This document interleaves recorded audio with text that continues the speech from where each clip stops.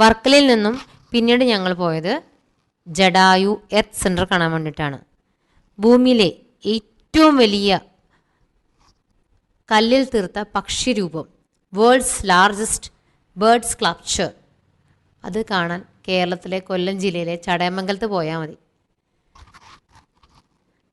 കേരളത്തിലെ ഒരേ ഒരു കേബിൾ കാർ സർവീസും ജഡായു എർത്ത് സെൻറ്ററിലാണുള്ളത്.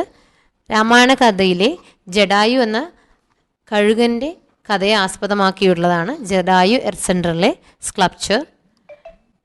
അതുമാത്രമല്ല, കേരളത്തിലെ ആദ്യത്തെ പബ്ലിക് പ്രൈവറ്റ് പാർട്ട്ണർഷിപ്പിലുള്ള ഒരു ടൂറിസം ഇനീഷ്യേറ്റീവ് കൂടിയാണ് ജഡായു എർത്ത് സെൻറ്റർ.